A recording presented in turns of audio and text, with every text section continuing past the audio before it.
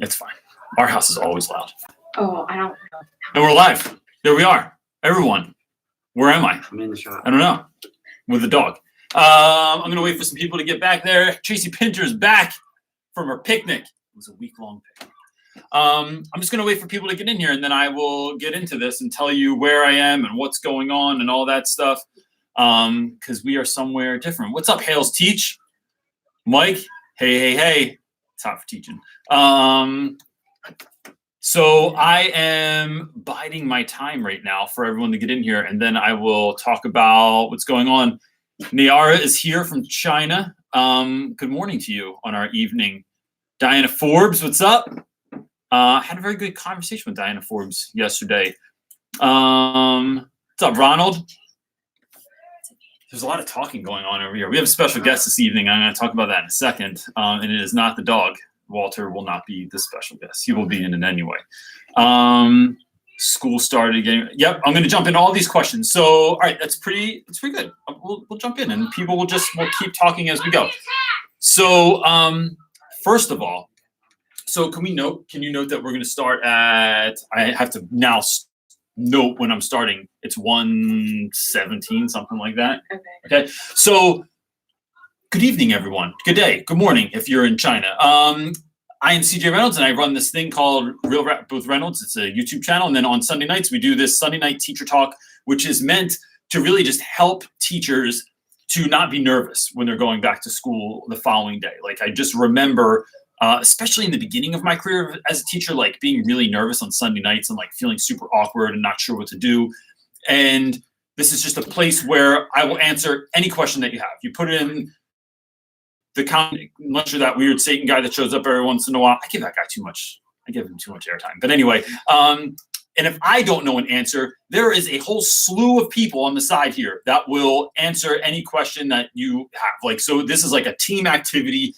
Even though it looks like the Reynolds show, it is really just like a team group activity. And so real quick, I want to note that if your question does not get answered here, right, because there's a lot of questions and we do this for about an hour. And I'm at someone else's house tonight, so I want to be able to honor that. There's a Facebook group, Real Rap with Reynolds Teacher Talk. You can just go on there. All you have to do is just be a teacher, answer a few quick questions, and we let you in. And the questions are really to just like give us a little bit of insight on who you are and keep things out like different, like we don't want companies in there and stuff like that, or your students who are going to like tell, like, I don't know. It just makes a weird situation. Also, if that's not enough, I do private mentoring on the side, so you can like go on my website, realrapwithreynolds.com, find out about that. I can come speak at your school. You can go on Real Rap with Reynolds, talk about that. And starting tomorrow, all of these shows will be on a podcast. Where can you get the link for that, John? I don't have it. Tomorrow morning, it'll be up and live. Tomorrow morning, I'll just put it in the community chat. Like, it'll show up as a post on the site, and I'll put it up there, put it on Instagram and everything. So if you're typically like using all of your data to drive to school to listen to this, which is what a lot of people have told me, there's now this podcast that will exist, Real Rap with Reynolds Teacher Talk podcast. And that's it. That is another service we provide. And all this stuff's free, man. So we'll be speaking. And there will be 2 podcasts a week. We are going to do the first one every Monday morning. So every Monday will be the day before's podcast will come out. Every Friday is going to be an older podcast that we think will bring a lot of value to you. So we're going to start off with all the ones that have like guests, everyone from Rafe Esquith to from Pocketville Primary to, you're just feeding me answers now, aren't you? There's a lot of chatter going on the side this evening. So this evening, instead of me just doing this by myself, I'm at a friend's house because I'm here for dinner. Bridget from Letter Classroom is going to sit in with me, and she's going to drink. Hey, you got a haircut. I did get a haircut. I've been waiting. He got a haircut. I've been like a troll. Be super stoked. I've been like living under a bridge for 2 months working. I told you I cut it the last time you were here. Your hair got longer, I think, than the last time. It did get longer. You got a hair long. I did. That was a dumb joke. That was a total dad joke. So such a dad. We are, well, to answer, what do you got? Do you got questions on here already? So, Bridget, I'm not going to have you introduce yourself because everybody already knows. You're like the godmother of teacher. You calling me old? Yeah, I was gonna say. No. Well, you're OG like teacher There we go. YouTuber. You're the OG. Teacher tuber. All right, I'll take that. There You go. win. I'm wise. That's right. You are. There we go. I'm older than you Well, though. So. that's true. So let's answer questions.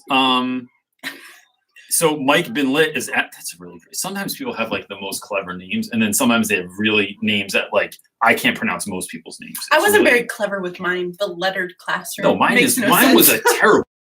I feel like it's just like Yo, you rap. Like, that's come what on, everyone thinks I everyone. rap. That's what everyone thinks. Everyone thinks I rap. I And don't I'm want to like, listen to you don't rap. don't rap. This was like a name that Mm. made sense to my students and to 0 other people in the world. So it's like, I don't know. I always think of it as like when Dave Grohl started the Foo Fighters. He's like, if I knew this was gonna work, I would have picked a cooler name. But we have this dumb name now that just got stuck. So, There you go. Mike Bin Lit is asking, enjoying your summer? Have you been enjoying your summer? It's been a very long summer, I feel like. I think I'm ready to go back to routine. We've seen I'm each ready for other routine. like at least A half lot. a dozen times. We've seen you many days. A lot. Even last week when we saw each other, and Bridget was like, all right, I'll see you like in a few months. I'm like, I'll probably see you next week. And then lo and behold, Lo and behold, here we are, we're guys. here again for dinner. My Bridget summer has just- been busy. So like, and just like unforeseen things. So like Jenai's dad, and then at the beach, and Marley had to get stitches. It was like all this weird stuff. And you know what we were just talking about yesterday? Like this summer really made me think that like you just can't hold out for a certain season, or like, oh, once this summer's over, or finally once this year is done and we pay this off, or when it's like really making me mindful of like being like really enjoying whatever I'm doing right then. Yeah. And be mindful about that. And that's been a big, like that's been like that reality has punched me in the face this summer. Which is good, I think. So Yeah. Maisie's asking, school started and I'm already getting made fun of. Any tips? Oh, so Maisie, can you? Oh, you can try. All right. So I'm going to try and ask you this, but sometimes this stuff moves so fast. What grade are you teaching? Because I think that's gonna affect the answer. Have you ever been made fun of by students? Absolutely. How do you handle that? How do I handle Yeah. getting made fun of? Depends on the situation. If they're being super duper inappropriate, one, I smack that down and I say, listen, let's go have a talk with the head honcho of the school, because ain't nobody got time for that. Yep. But if it's one of those where I feel like I can laugh at myself about it, I laugh at myself, because I'm going to be honest, I do ridiculous things. Super big screen there. I know. Just maximize the screen. We're looking on it. I feel like I do ridiculous things. I can say things that are ridiculous. And sometimes I just have to laugh at myself too. So I think it would all depend on what's being said. Yeah, I think that's Oh, like she you said don't- I'm teaching 8th grade, All right. 8th grade English. Oh, Okay, they are right. stinkers at 8th grade. So like I teach 9th grade, and I find that the 9th grade I handle better than, this is just way too maximized now. I'm going to be extra about this. Look how gigantic our heads are. It's like life size. It's like Our head looks gigantic. I feel like our children are like. I know. I'm it's like, Lord of the Flies downstairs all of a sudden. All the kids are in the Oh my basement. gosh. So I think when I started teaching, it affected me more because it like hurt my feelings.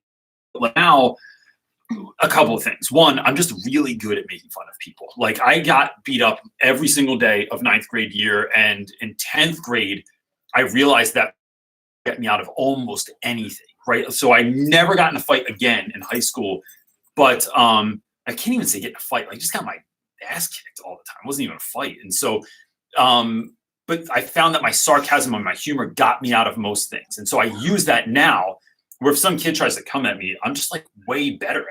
Like I've had to hone my skills over the last 25 years. Yeah. So the flip side of that is I find that behavior comes from somewhere, right? What they're doing is testing you.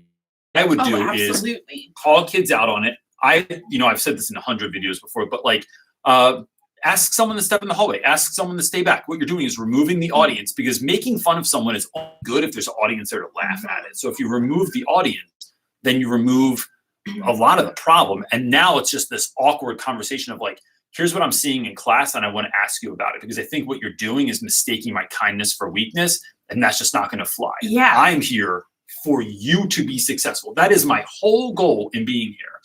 And so for you to kind of like slap someone in the face who's trying to help you out is like, bro, this isn't gonna fly. And then I think getting someone else involved. Also, even just said, what is it that I've done that all of a sudden makes you want to say something like that to me? What did I do to deserve this? Yeah. Because I guarantee you they will not have a single thing to tell you. Like they will just sit there very quiet, looking at the floor, looking at their feet, playing with their hands, because they don't have an answer for it and they're being turds. So like that's what I'll do. Yeah. You're being a turd. And I think that what I try and put in place also is like at some point this year, you're gonna need someone. Is he eating? It's my husband's hat. You can't turn that up. It is at some time this year that kid's going to need an advocate, and so I try and look for those times when I can advocate for them, and then that's like proof of like, see how this works. So what you're doing is teaching life lessons, right? I know that kids like people get afraid that we're going to like coddle kids too much or something, but it's like, no, I'm going to show you how this works and why that you shouldn't do this in life. This is what Jenna emotions me on if I. Because it's a short question. It's like the best to watch this happening. Yeah. Behind the scenes, like all that.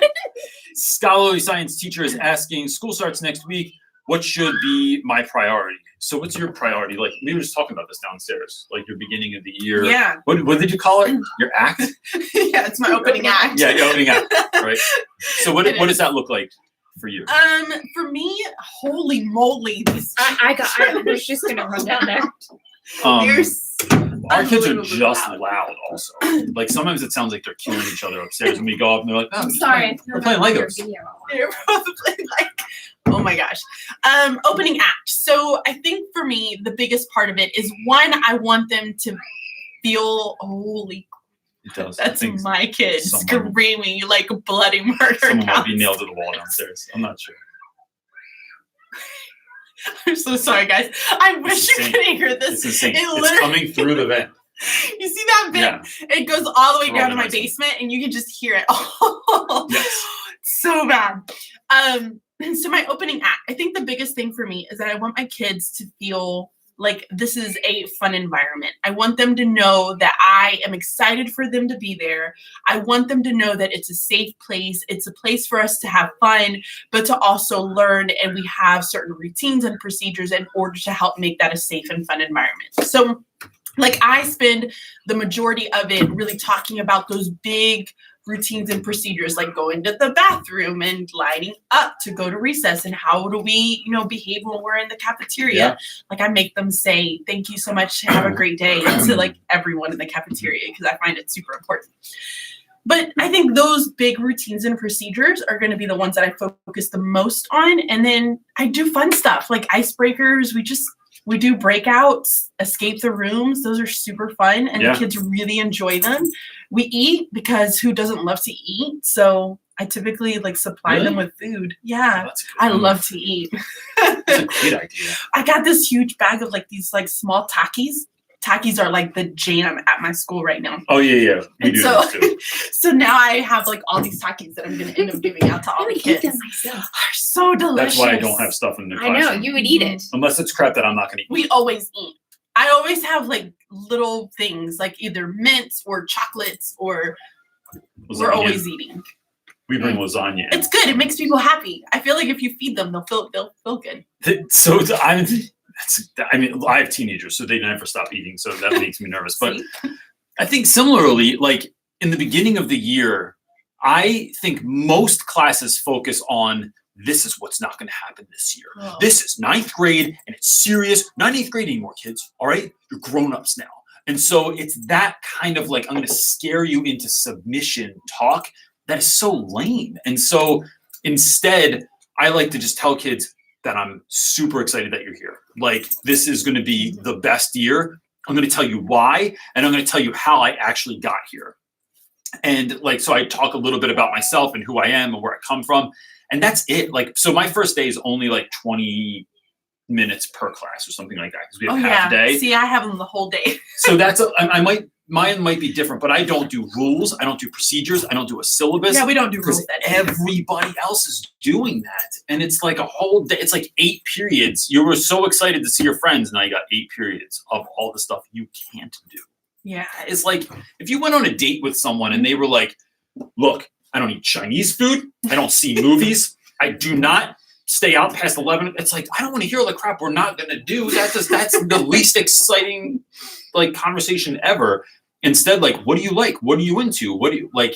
Yeah. What do you want to do? How do you envision this going forward? Like, that is a cooler conversation to me. So I just try and think really, to sum this up, is like, what would I have liked if a teacher did when I was in high school? That answers most of my questions of how I teach. Food and escape the rooms. That's it.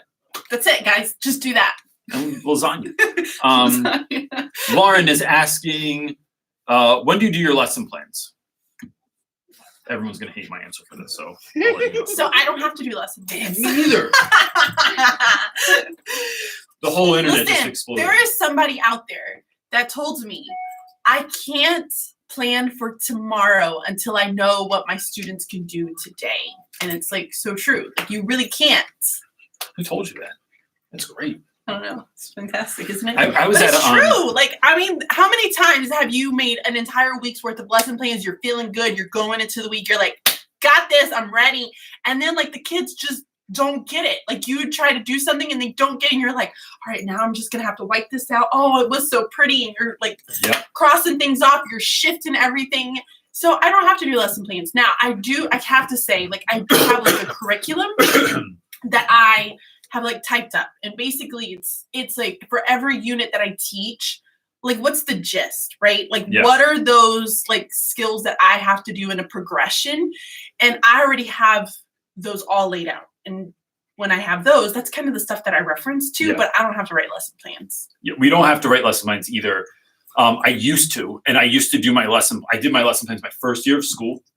I've been out of that school for a long time, so I can say this now. I used to then just recycle the lesson plan every year. I would just change the date. Sometimes it wasn't even remotely close to what I was doing. I just did it to hand it in because I didn't want to focus on the technicalities of things. And so I think there's value in that when you start teaching. Like, you should have lesson plans, because you don't know. It's like when you start cooking, you should follow the recipe. But once you get to be a good cook, you can like just taste things and you're like, this needs a little bit more salt. I don't have to follow the recipe. And so I know what I'm going to do. Like, it's all planned out. But I literally I have my my PowerPoint is made for the entire year. And so I just look at the next 7 days and I'm like, okay, we're doing this, this, and this. This is the stuff that I need. I can kind of do it in my head at this point. So I don't do them. I used to do it and it would take all weekend. But my one piece of advice for that is give yourself a set amount of time, right? There's something called Parkinson's law that I really believe in. Parkinson's law is a task takes as long as you give it. So, if like you have all day to clean your house, that thing takes all day to clean. But if you have company coming over in 20 minutes, you're like, all right, you get that thing on point. And it looks nice and it's together and we look like a family that cares. And so it's like exactly what I did. You can do that about if you know someone's coming over. And so that is, or in college, if I had 2 weeks to write a paper, that thing took 2 weeks to write. But if I knew if I put it off, I know I can do it the night before. That's what I did. I can do a pretty good job. Yeah. Don't I let will Capella say, see this, because then I will say that when I was like a fresh new teacher and I would plan, I had certain subjects that I planned for each day, like during the week, so that I didn't have to waste my entire weekend, because that's what ended up happening. I would spend the whole weekend lesson planning, and it was the absolute worst, because you feel like you never leave work. It will take as much time as you give it to take. It was awful. So what I did is I ended up saying, okay, I'm going to do all of my like whole group reading on the dog's doing something, whole group reading on Monday. And then I'm going to do all my small groups on Tuesday. And then I'm going to plan my math stuff on Wednesday. So I had certain things that I would plan for, so that by Thursday or Friday, I could just go and make all of my copies before I left school. At the end of the week, and I was ready to go. I mean, that was the best way of doing it. The last thing I'm really just thinking of is like, people always ask me to make lesson plan videos, and I'm like, but I don't lesson plan. It's the same with technology. I always get asked to make technology videos, and I'm like, we have lights. Like, that's why, and a Promethean board that I can't figure out how the hell to use. It's just a really nice TV. And we play Fruit Ninja on it at lunchtime. People are saying that they have to have theirs. Someone said that theirs is like 5 pages long. Someone said they have to have theirs on their bulletin board, like clipped up at 8 a.m. Monday morning. I used to have to have the standards, like the numbers on the board. no kids paying attention. No. Just like they're not See paying that, they don't attention care. to your metaphor poster that you have on the wall unless it's funny. Like, but like it's those things. We're only doing them because we've always done them. You can come in, kid. John Lopez is asking, for the first time in 27 years, I am the lone male teacher. It feels strange. Any words of encouragement? Thanks for the eye stickers. You have great penmanship. So thanks, man. He really does. It's so funny. It's great. Who did I write a card to though? And they said they couldn't I'm read still it. waiting on my card and sticker. I have no idea why I haven't got I'm one. also- He doesn't bring you anything, does he? No, I really don't. She's What such is a up good with that? host. Last time I stayed at Bridge, I'm going to answer. I have a journal a blank journal that was intended for you that it was never delivered. It's literally sitting on my dresser in my bedroom. So I want to answer John's question, but I'm also just thinking how like 2 years ago I asked you to do this, and you were like, "Nah, let's just do we did the whole video together instead." And now look, Here you are. it's complete. We don't have to have any more guests on because everyone's been on. I think being the only male teacher, look, I mean, the funny thing is like I teach with a lot of guys. I hang out with all the girls. Like my two like best friends at school are women. And I just think that for me, it's more about being a part of the community and like whoever I get down with. So I don't hang with everyone in my school. And that's logistically, that's just not possible, even though we're a very small school. But like, I just look for the people that I fit in well with anyway. And that just happens to usually be like, it's been women at school. I mean, there's guys I hang with, but like, yeah. Have you ever, well, I mean, no. I'm a girl, so it's like predominantly It's like a female women. dominated career. We dominate that for real. But I feel like again, it's like having my cousin over and we are in no way, shape, or form related.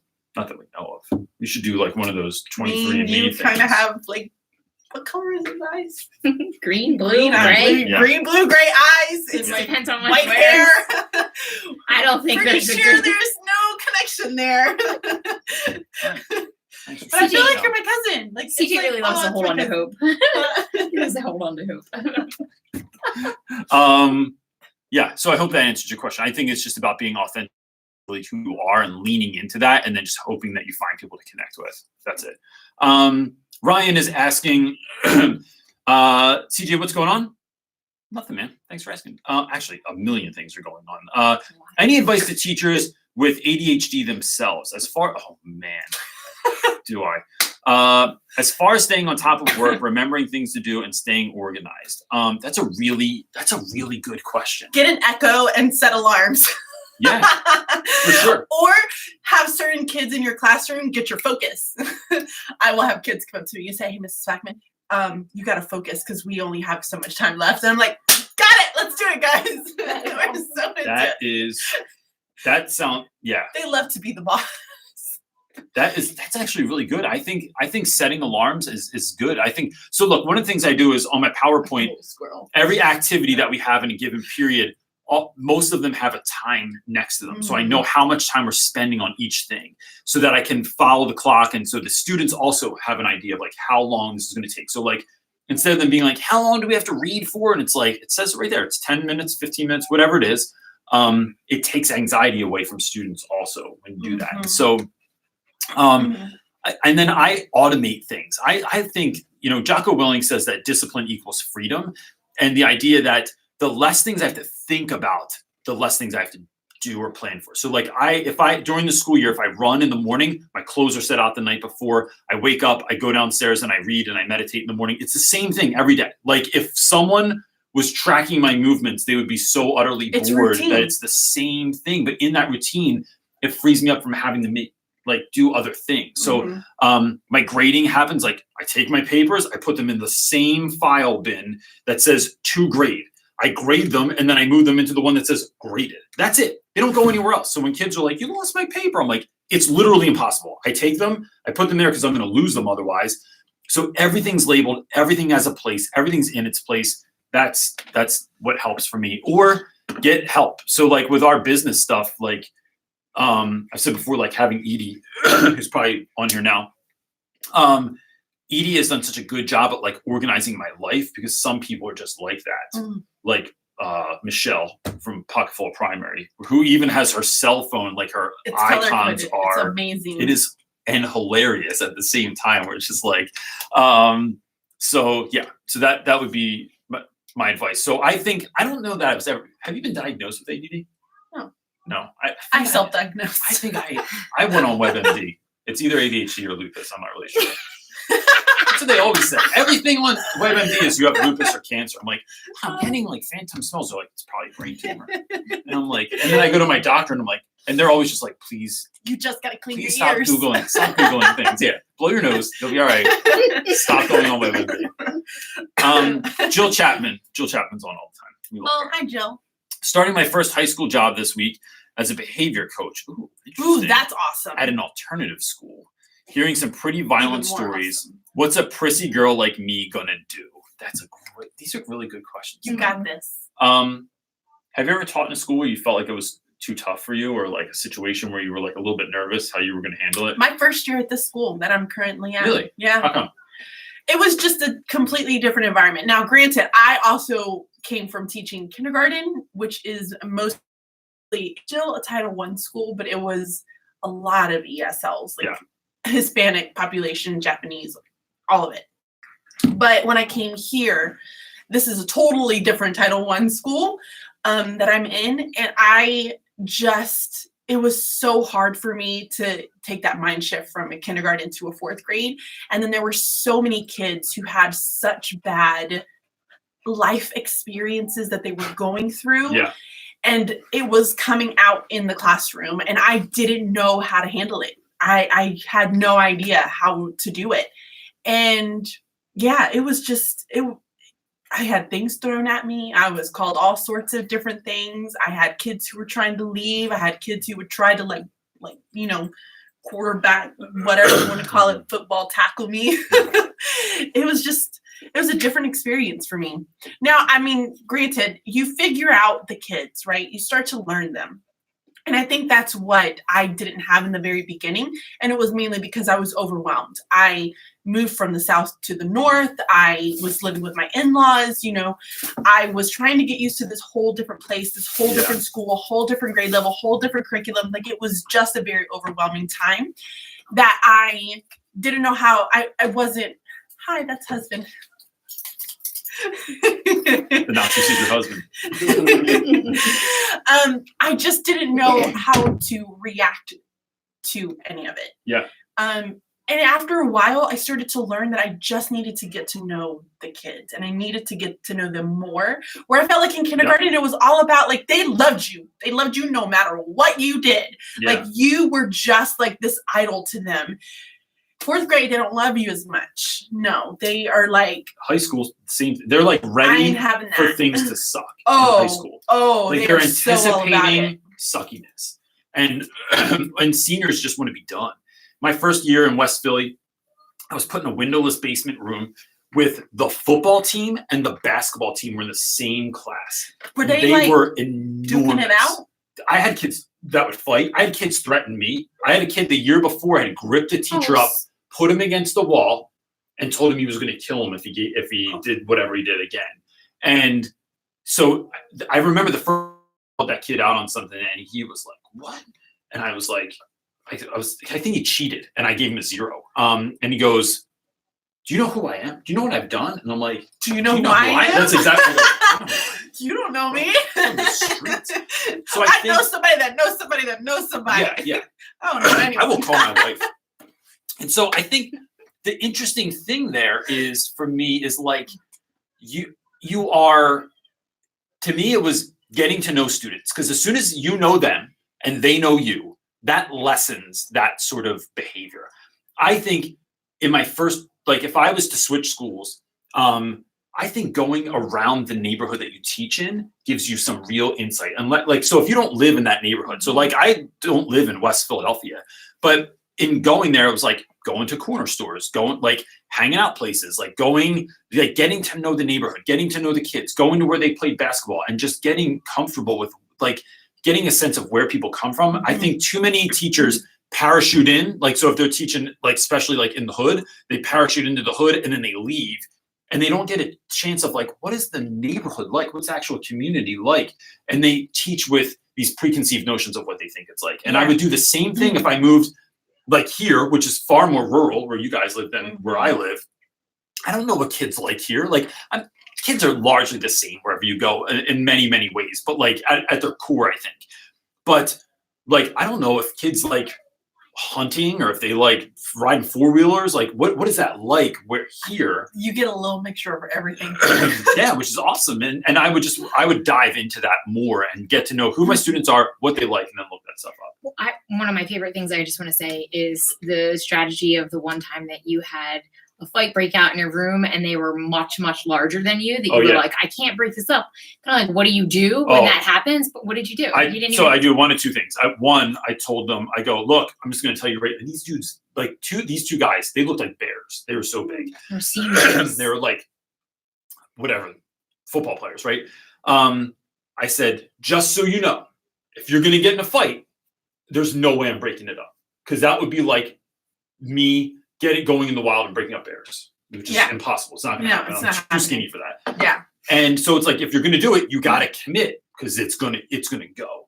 Then I started, and don't necessarily recommend this unless you really know your students. I grabbed my phone and I record myself and I go, dude, I'm going to get so many views on YouTube. So hold on for just a second, just 1 second. You can build up the anger. It's like the kids they can't even think about being is this the one you were talking about? On my desktop, on my computer, I have queued up The Glory of Love, which is the love song from the second Karate Kid movie.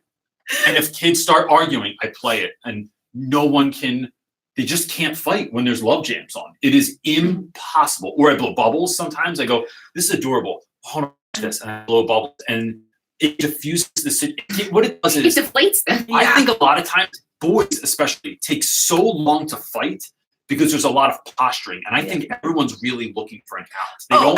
They don't want to look like a punk, so they have to fight sometimes. And if you give them the out, like, yo, Reynolds is so stupid, and then they deflect it to me, it's like, I'll take that. And now there wasn't a fight, and then we can talk about it later about how do you stay out of those situations in the future anyway. So, well, it's funny because I have 6th graders, and I've only had 6th grade for 2 years now, and I will always bring up whether they're like super upset because they just like got into a huge argument, and I would say, yo, listen.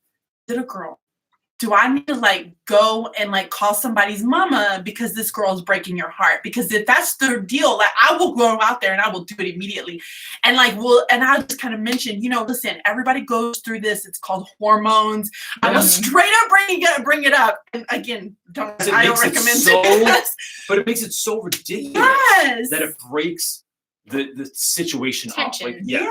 Like, It does. It makes them feel. I have a million versions of stuff that I've done like that, or that.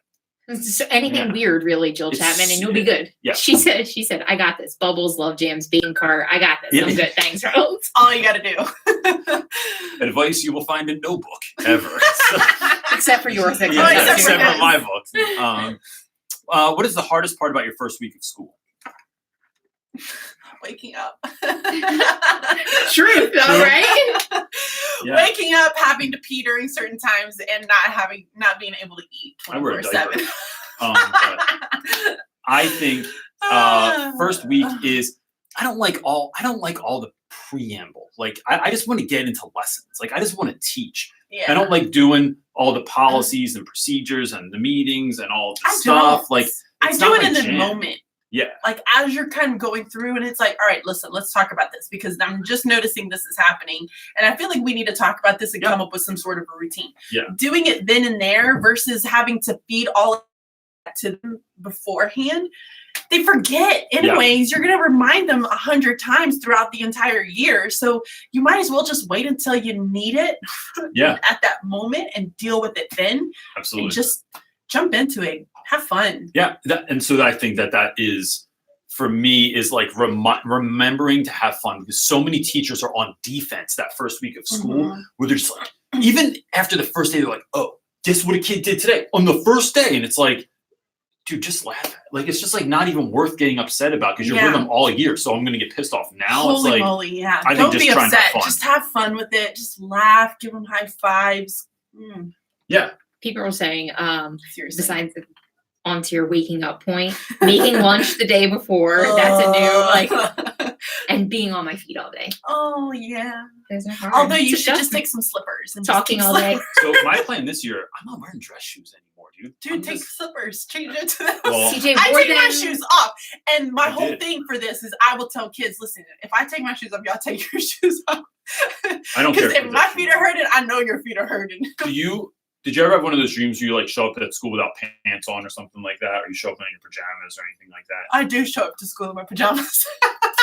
That didn't go the way I was Listen, going for. I but, have to we have to be happy one way or another. So why not say that, hey guys, you're under theme day this week. Everybody can come to school the next day in pajamas, and everybody's Yeah. like, why? And I'm like, it's because you're awesome. That's a good answer. That's why. I Come to showed school up in your PJs. with my slippers on accident one day, and I have these really comfortable like Sanook slippers, but it was the best day. I was like, I feel so relaxed. Someone said they have slippers in their classroom. She said I have Amen. bed slippers in It's my the classroom. best. It's like It's the it's best. Like, Aisha. I think this should be like a Mr. Rogers moment, right? Like, You're it's gonna just have like, a robe. You're I'm gonna look like the new dude. cardigan. Well, someone Unicorns Rock said, "Please wear Mr. Rogers kids." At first it said kids, and then she switched. You to should just kids. come in every day, and the kids are all seated, and you're just Yeah. gonna be like, "It's a beautiful day for some learning. It's a beautiful day for some learning." It is. He is my hero. Joanne Markov is asking. There's 4 of them. So I tried you talk during a test, you get a 0 with no tolerance on our first diagnostic assessment because we had no real grade so far. This tanked a bunch of students. I found myself having to make phone calls home.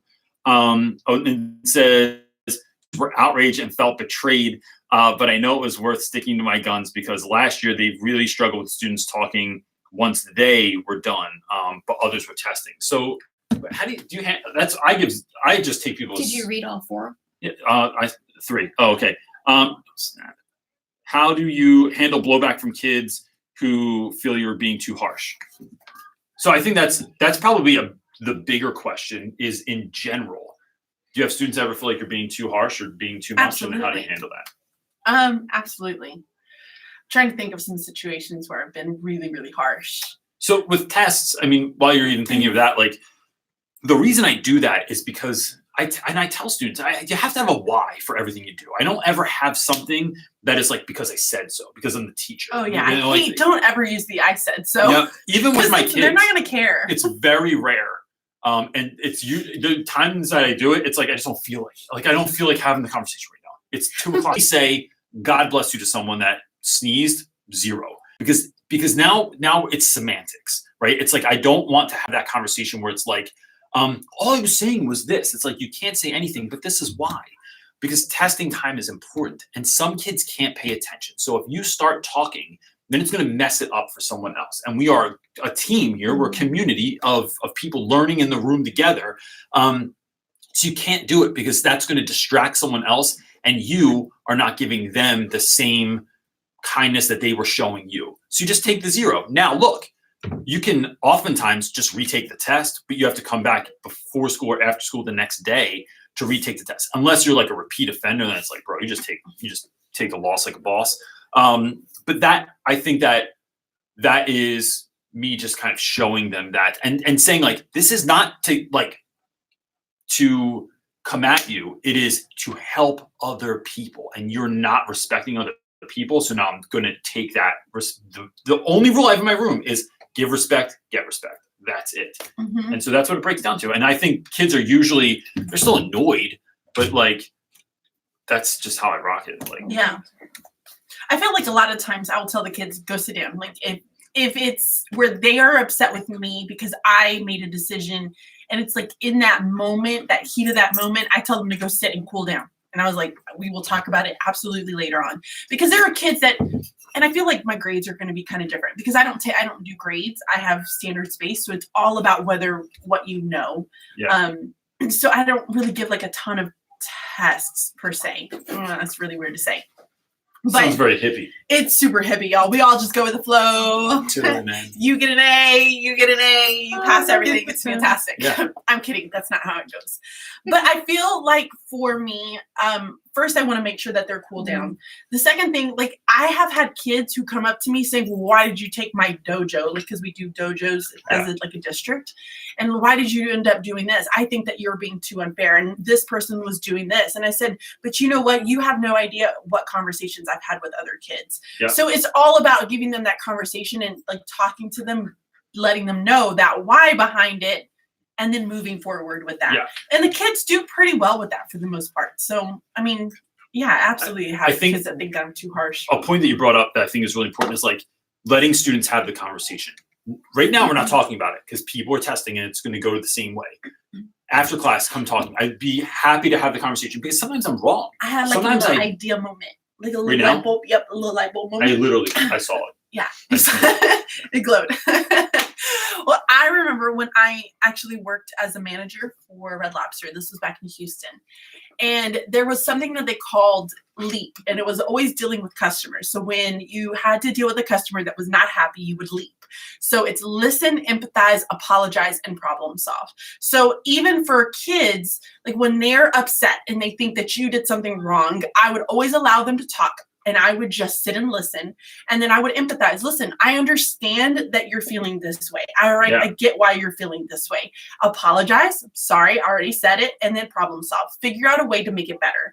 So even with kids, I follow that same rule. I let them talk. I let them go for it. I will say, I completely understand where you are coming from. They want you to know that, you know, why am I feeling this way? And then figure out a way to solve it. Like, whether it just be that they just understand, you know, the reason why you did something, that's them understanding it. That's problem solving. Who would have thought Red Lobster training would be so important in your life? Go Red Lobster! Wait, did you have to wear a lot of flair when you were there? I was fantastic. I had all my little buttons. It was fabulous. I wore a chef's coat. Did you really? I did. I had a chef's coat because I was the culinary manager, so I had to wear my little chef's coat. Red Lobster always equals diarrhea, so it's just like I don't know. All right, well, let's move on to that. With that, let's move on to the next question. Welcome to This Amazing Life. That's beautiful. It's a really positive name. It's like, I feel, especially on the internet, it's like you don't get people that are. I love that. So, hey, so tomorrow is my first day of school. Good luck. I'm a student. There's one kid. He is super mean. He touches girls inappropriately, but everyone is too scared to say something. Girls, say something. Don't be scared. Say something. To who? How would you handle that? I would say something to him. So if it's a student, another male student, I mean, I guess everybody's personality is different, right? Yes. You would say something. I'd say something, right? Yes. I'm saucy like that as well. Absolutely. But for the person who's shy, I think it's really difficult. I think if you're having trouble on your own, go to a teacher, an admin. So as a teacher, I know if someone came to me and said something like that, it is really important to me that students know that, like, that they can trust me, right? Yeah. So like, even if someone comes to me, like we're mandated reporters, like we have to say something. Absolutely. Like you can't have a moment like that where a student says, so just know this, that if you tell a teacher, they have to tell someone, because they don't do. You're distracting me. I'm sorry.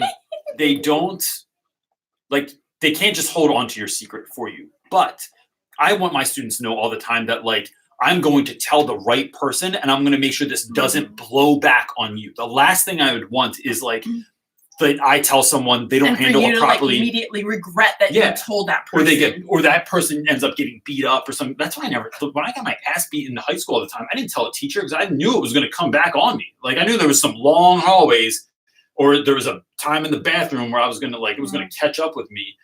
And so I never told anybody about that stuff. And so I think you should 100% tell someone.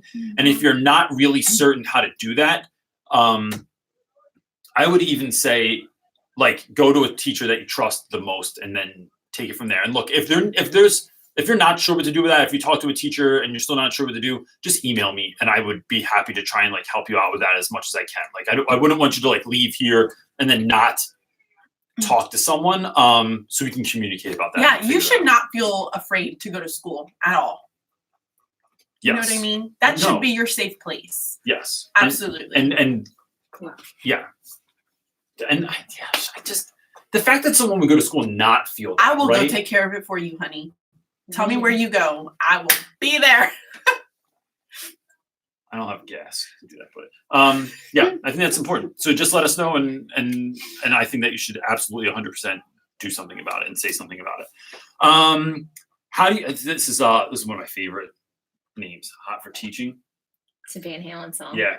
So number one, that's why. His favorite. Number two, her husband, when they started dating, post on Facebook or something like that, like I'm hot for teacher, or something like that, where he made like a joke because she was a teacher. I just thought that was awesome. Awesome. So how do you handle grading and giving immediate feedback? So if you don't do grades, like what does that look like? All I do is feedback all day long. Okay. Feedback all day long. So it's different for the type of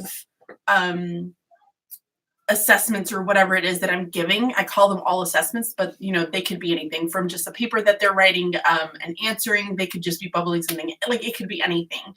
So it's always different. And I tell my kids, and we try to teach them the difference between quantitative and qualitative data and the type of feedback that I'm going to give to them. A lot of the times, if it's the quantitative, which is usually more of a math problem because there's a right answer. Yeah. Qualitative, I'm always looking for the quality of their work and how well they go about explaining themselves. And that's usually my ELA side. But I will tell the kids, like, if it's more of the quantitative, which is the math, I will just cross it out and say, you need to go figure it out yourself. That's the error analysis that I want them to go back and try to see where is it that they went wrong. Is it the fact that they, either added something incorrectly, they don't know the true procedures of something? Yeah. Because when they understand the behind, like, why did I end up making the mistakes, I think they don't end up making them as much anymore. Like, I have a few kiddos that just want to go really quick because they want to be the first ones that are done. And once I started doing an error analysis with them, what have your focus on? Remember that crazy, how it blurs the background? No. I don't know. No, because we would see ourselves like that. Someone said, is the camera out of focus? I'm sorry, I think it only happens on Am I blurry? I don't know. She's just blurry. I need to blur myself out. I'm not looking great. So I will make them go and do an error analysis. Now, if it's more of the qualitative, like, I will sit down and have one-on-ones. Now, I am so very fortunate because I have the ability to truly create my own space. Like, I don't have really a curriculum other than the curriculum that I have written for my class. I don't have certain things that I have to absolutely be doing because my district tells me to do it. So I'm fortunate in that I can do I could say, you know what, I'm not pulling groups today. I'm going to do all individual conferences because that's what those kids need at that particular time. And that's what I end up doing. So a lot of the times I always tell myself, it's like emails, right? Like, somebody sends you an email, the district tells you, you have 24 hours to be able to respond to somebody. It's the same way. Like, if somebody turns something into me, I have 24 hours to be able to. So I think that is a really important idea, is like, it has to be timely.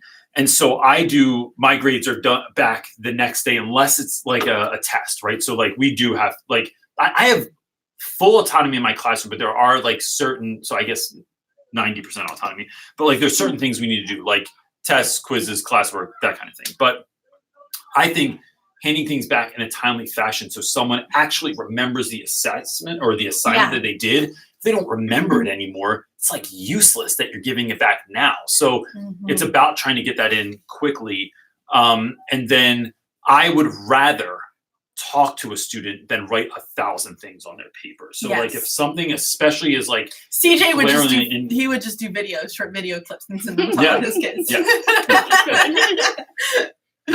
Because of every email I get is a video back.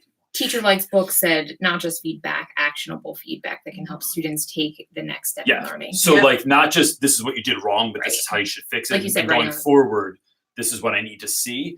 And I find that I don't grade for everything. Like, if someone gives me an essay, I don't put everything wrong that's on there. I look for like the top 3 to 5 things. Like, okay, you're really using the be verb incorrectly. Let's address this and hone in on that, because it's like, I think that's just daunting to students too. Like, it's like, it just looks like you don't know anything if you mark someone up hard. I'm not your editor. I'm trying to teach you skills. And so it's like, what skills are the most important right now? You know? So Yeah. And and I create like a calendar and I write kids' names on the calendar, and like it's pencil, so I can always move my kids if I need to end up moving them if something happens. But like I always want to make it a point too that I sit down and have conversations with them about their learning. Y'all, a kid cannot tell you what they're doing, what they're learning. They can't, because no one ever really asks them. By the time they go home, they're like, good, fine, okay. And parents just kind of leave it because they don't want to have to fight that. Yep. But I force my kids to have those conversations about their learning, about what's going on, and using the academic like language in class, because I think it's important. It gets them kind of used to it. In the beginning of the year, y'all, it is rough. Like it is like pulling teeth rough. But as the year goes along, the kids get so much better at it. Yeah. And they can really tell you like their metacognition, like how are they truly learning? Like it's pretty cool. And that's important. I mean, because how many kids go home every day, like you said, and say like, absolutely. "What'd you do today?" Nothing. And then you find out something amazing happened. Yeah. Exactly. So we have 10 minutes left. Wouldn't do like rapid fire as much as possible? Okay, that's up to you. I will try. One word answer. Go. I don't really rapid fire anything. But Nicole Walker is saying, I'm starting a new job after recently graduating as a building substitute. Any tips? I'll be at the same school every day. She's starting a new job. She is a building substitute. Right. Make connections with the kids more than anything. Like get to know all the kids. Stand out in the hallway, greet them, all that stuff. Like I think that's going to be what's important, because those are I have a building sub, and the ones that my kids love the most, it's because that building sub took the time to get to know them. And because subs get no respect, none, because no one knows who they are. Yeah. So if you're there every day, I think that the most important thing is being visible, right? So be out in the hallways, be at the office, be at the door at the end of the day, be at the door in the beginning of the day. Like, it is getting in front of students, so they can see you more, and you're interacting with them, and that's going to build those connections with them. Peter is asking, hey, I'm a high school teacher, a high school social studies teachers in PA. Ooh. Hey. There are many channels focused on brick and mortar classrooms and teaching, but I want to create a channel that incorporates cyber education also. Thoughts on getting started? So for YouTube, just do it. Just start doing it. I think you do. Look, I mean, I know my channel has pivoted any number of times based on what people want. Mm-hmm. So like you'll get idea, like just start making stuff. Don't get in your way. Don't worry about how great it is or anything like that. Like you just learn by doing. But I think with anything, it's like just start doing it and you just get better at it. And then watch your comments and what people are asking for, the questions that they have. That's what I would do. If I were you, I'd make some videos about how to use a Promethean board so that I can benefit from that. So there's your first comment, and that's what there you go. That's how to do it. Nayara is a music teacher in China. She's from the US, but she tunes in from China.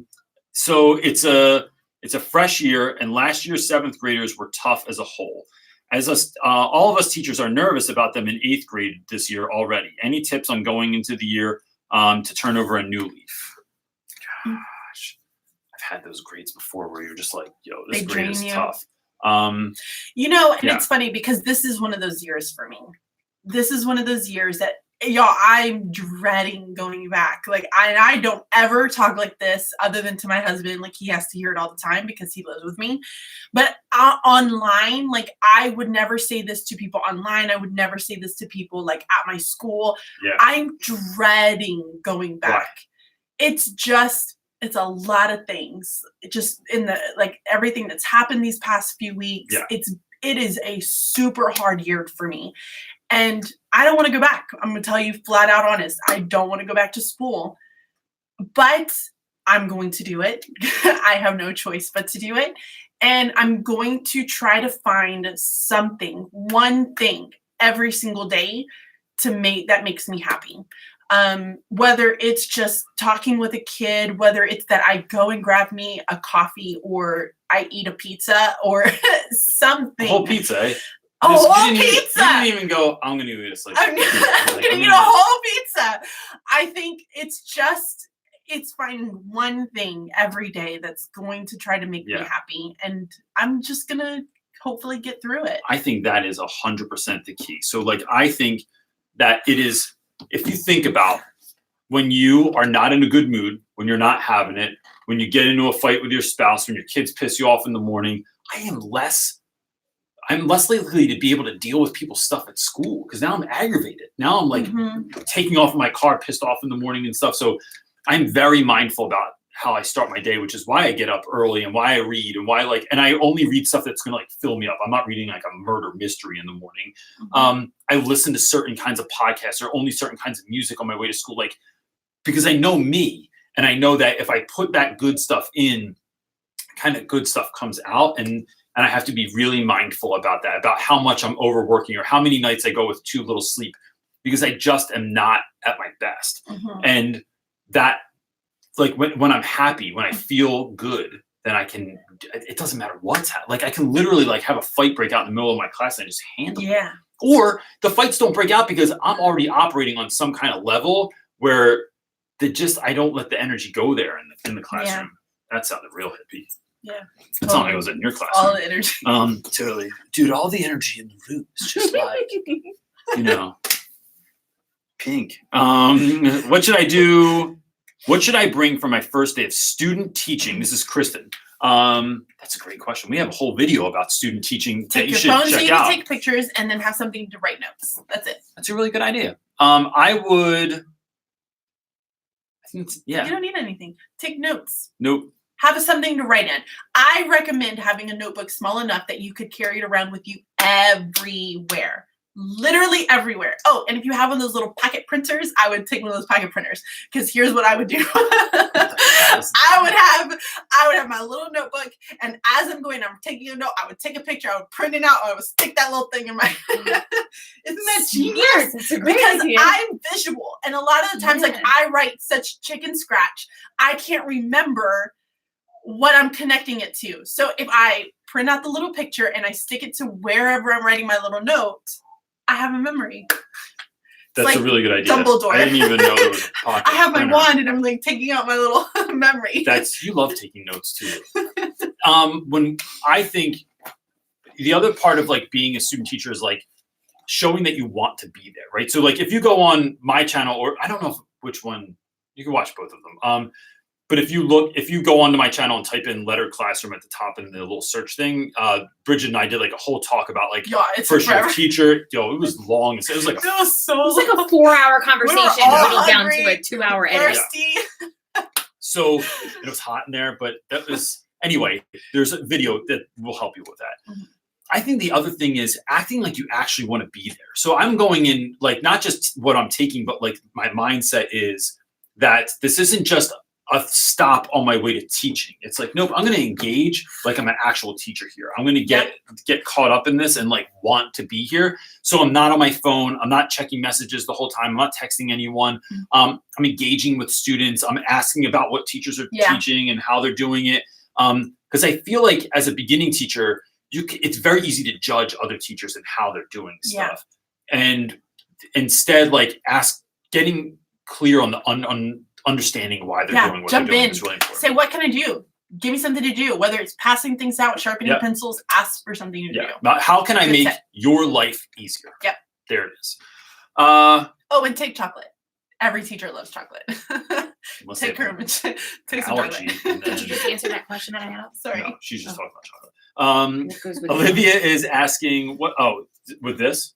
Yeah. What is a good first day co-teacher and assistant teacher gift? Oh, chocolate. See, that's why I was confused. Chocolate. Gift. God, I teach high school. Listen, seriously, do not buy. I feel like just the stuff. Like I literally take food. You know what? I would take food. I'll tell you 100%. I would get someone expo markers because you can never have enough expo markers. Right? And you always lose them. That's other really, teacher really trick true. that I found somewhere this summer. This is those my plan. Smelly markers for the Listen to this. Oh, those are delicious. People steal my expo markers all the time. Why? So number one, I hide teachers them. or kids? Yes, both. And my Sharpies.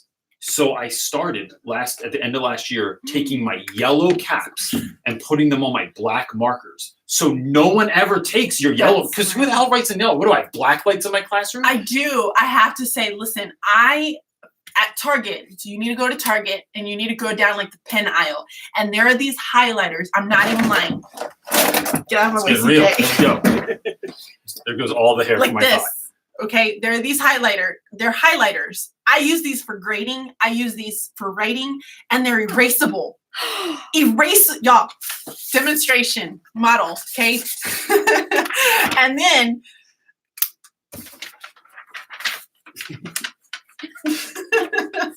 There's the thumbnail it right there. erases. It erases. It's fantastic. That's what you should get. Erasable These highlighters. erasable highlighters There you from go. Target. Walter is sitting on my feet. He's gonna start licking my He'll start toes. licking your toes. Yeah. DNFMS1 It's is your last saying, question. this upcoming year, which would be my first year as a teacher right out of college, I find that I'm really nervous about the first few days of class. What suggestions do you have for days 1 through 5 high school level? Me. You are the high school I level. don't No. teach high school. I say this. One, my favorite thing to do at the beginning of the year is on the very first day before we do anything else is have the kids write themselves a letter that you're going to then give back to them when they graduate from high school. And this is a really good time to sort of like, everyone's quiet, everyone's doing something. They already know what they're writing about because they're kids and they're just writing about themselves. It gives you a chance to assess the class and get a feel for what's going on when you're not talking. I think the next thing is letting kids know that you're excited to be there, how much you want to bring to the class, and then doing some sort of, I don't do icebreakers, but I have like a who am I sheet, which is available on my website for free. Just go on there and download it. Gives kids a chance to like write down about them, and then you get a sense of who they are, right? So you start learning like, what do they like? What do they not like? And then I think the life map activity is the best. Like, I just think it's like one of the things I've done that has been the best. And Life map?